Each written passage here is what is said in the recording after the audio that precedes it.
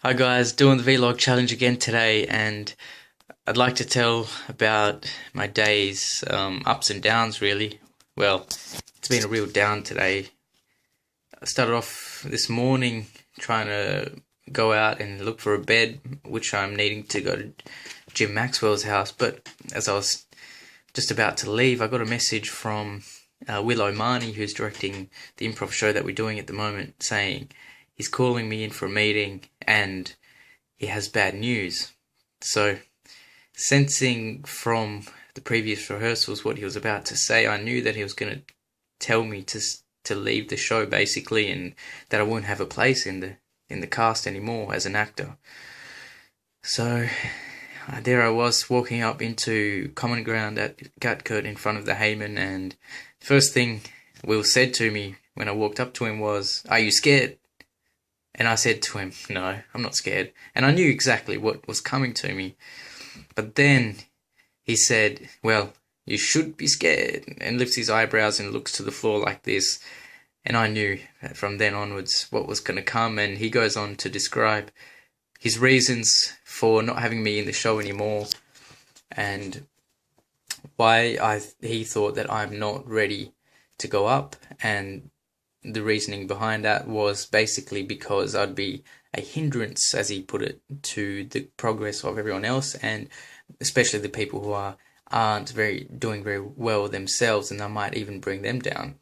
And I had to accept that, and I knew that was coming. So basically, I got cut from the team, and it's really harsh because it feels like I've put in all this time, all this effort, and it's really upsetting me.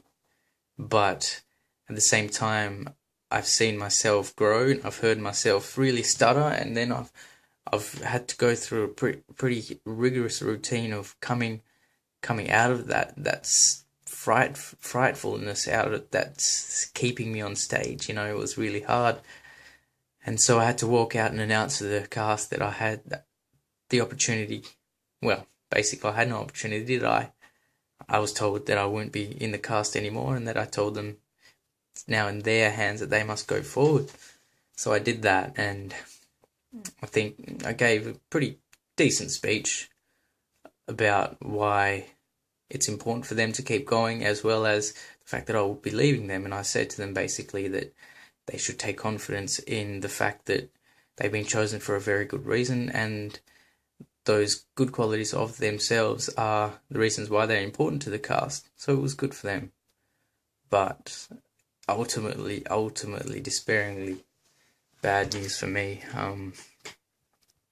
So at the moment I'm pretty down, but I've gotten into a habit of writing, and today I've just got trying to juxtapose that with a good story that I have today, and that is that I had this thought, thinking back to the survey law and the survey classes that I did at uni. If Eddie Mabo ever thought about why the Aboriginals didn't have any sort of land system before the white Australians came in the first fleet, literally 2 days before, they'd introduced some sort of land tax, a land tax for the Aboriginal people.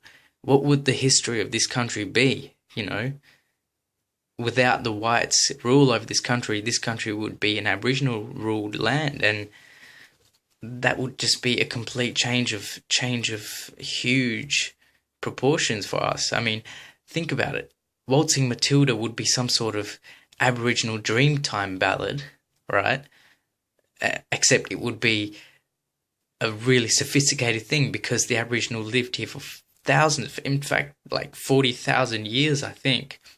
So it would be this completely sophisticated song ballad, and you can imagine what the drum and bass music is like today, and picture that in the Aboriginal Dreamtime ballad version. It's kind of, once a jolly swag band. What is that music anyway? What is drum and bass? Once a jolly swag man can't buy a billabong. It's ridiculous. I mean, Billabongs. It's a bit like that surfwear apparel, you know. I always think twice about going to buy Australian surf clothes to wear because I feel after buying it, I'd be obliged to sit inside of a large van and go on a long surfing trip, you know.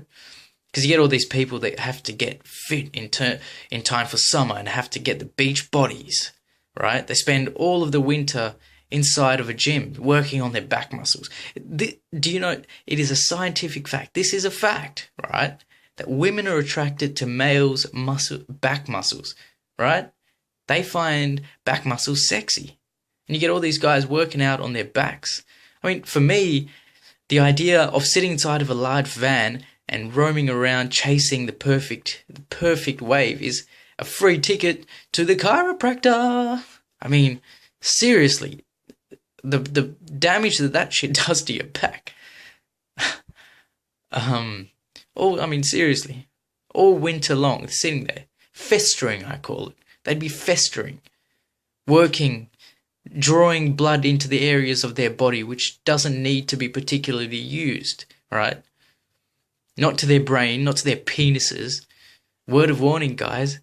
Drawing blood into your biceps ain't gonna make your penises bigger, right? I mean, it's crazy. Anyway, it's been hard. It's been hard. I'm trying to tell jokes to keep myself in good spirits, but yeah. Anyway, until tomorrow.